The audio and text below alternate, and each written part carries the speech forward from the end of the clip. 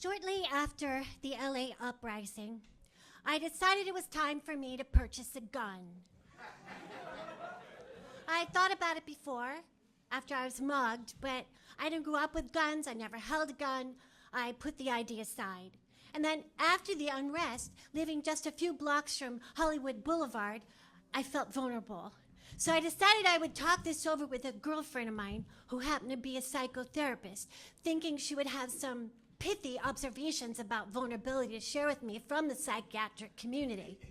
She said, "I have a gun. I wouldn't be afraid to use it." So I opened the yellow pages, that's what we did back then, to G for guns, and I found Dave's Gun World and Target Range in Van Nuys. I called him up and I said, "Hey, do you have lessons?" "Yes, we do." "Thursday, 4 o'clock, okay." So Thursday, I drove over to the shop. Right inside the front door, there was a large glass display case, like a jewelry case, except that instead of jewelry, it was full of handguns. On the left were the revolvers, clunky, old-fashioned with fat, round barrels, and they all had names: Sleuth, Rin Tin Tin, Stubby. On the right were the semi-automatics, trim, streamlined, fit near purse size. One was called Lil Abner. Above the display case was a large plate glass window through which you could see the actual target range, maybe 6, 7, 8 stalls, facing a large room. So quiet, nobody around. Finally, a door opened, a man came into the room. He was short and stocky, had close-cropped blonde hair, pencil-thin mustache, paunch. He wasn't ugly, but he wasn't really attractive. He was forgettable. He wore black boots, black jeans, a short-sleeved black sports shirt with the word "Second Chance" emblazoned on the shirt pocket in hot pink. He said, "Hi, I'm Dave." "Hi, I'm here for my lesson. I hope I'm dressed okay." "You look fine. Come into my office." I followed Dave back through the door he'd come out of into a tiny office. Dave locked the door behind us. He sat down at his desk. I sat down across from him. He opened the desk drawer and he took out 2 handguns, a revolver and a semi-automatic, and he placed them on the desk. "I come from a family of law enforcement, all right? And the truth is, the city of Los Angeles would be a much safer place if every law-abiding citizen carried a gun. Criminals wouldn't take the chance, all right? Now we'll begin with the 5 rules of safety." And Dave began to explain to me the 5 rules of safety and the 6 ways of this and the 7 ways of that. He showed me the bullets. He loaded the guns. Everything with Dave was numbered and in order. He talked for an hour and a half. He was mind-numbingly dull. It was a lot like traffic school, except, of course, I was locked in a room alone with a man holding 2 loaded guns. I found myself staring at his hands on the guns while he talked.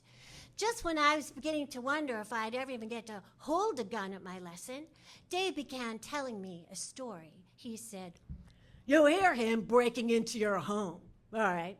You have a plan. You go directly to the master bedroom, lock the door behind you, dial 911. Retrieve your gun from the bedside table. Position yourself behind the bed facing the door. All right? You hear him in the hallway. He knows you're in there. You call out, 'I've called the police. I have a gun.' He breaks down the door. You can see him. He can't see you yet. His eyes haven't yet adjusted to the darkness. Check to see if he is armed. If he is armed, you aim and fire. If he's not armed, you're in trouble. But if he is armed, you aim and fire. Aim directly for the head and chest areas. Do not shoot to maim, shoot to stop. You did everything you could to avoid a confrontation. You did not pursue him. Your gun was your last resort." Dave picked up the loaded revolver and he rested the barrel against his cheek. He said, "Your gun is your best friend. It's always there for you." Now, we'll be using the revolver today. The semi-automatic's a bit more complex, more likely to jam. And then he showed me exactly how to unload and reload the revolver. And then he showed me the stance. It was a lot like golf. You had your feet planted shoulder width apart, and he's comfortably bent. He showed me how to grip the gun and how to aim by lining up the sights. And then it was finally time to go to the actual target range. So we put on like goggles and headphones to muffle sound, and he led me next door to a small private target range.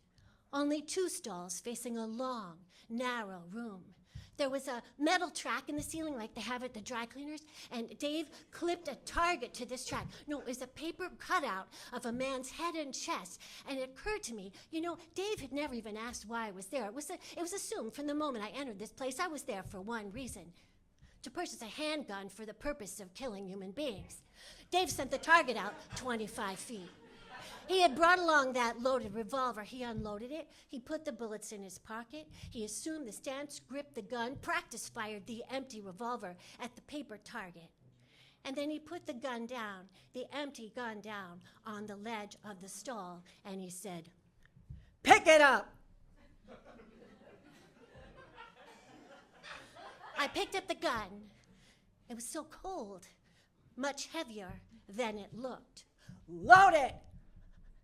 He handed me the bullets, and I loaded the gun as he had shown me. Okay.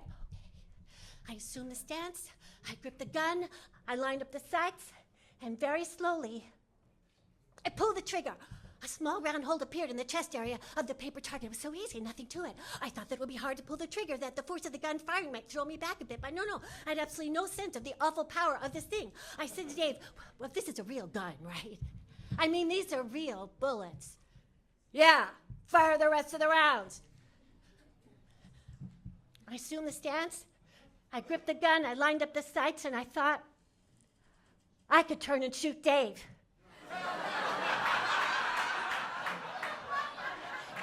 He would never see it coming, somebody like me. And then I had the most awful, it was almost irresistible urge to turn and shoot Dave, just to see what would happen, just to see if the gun really worked. And I thought, well, this is what children must feel, isn't it? Certain curiosity, certain disbelief anybody would get hurt. I fired off the rest of the rounds, and I stared at the empty gun in my hand. To me now it looked terrifying because it looked harmless. It just looked like a toy. It didn't require strength, courage, or even much skill. Dave offered me 6 more bullets. I shook my head. I put the gun down on the ledge of the stall. The lesson was over.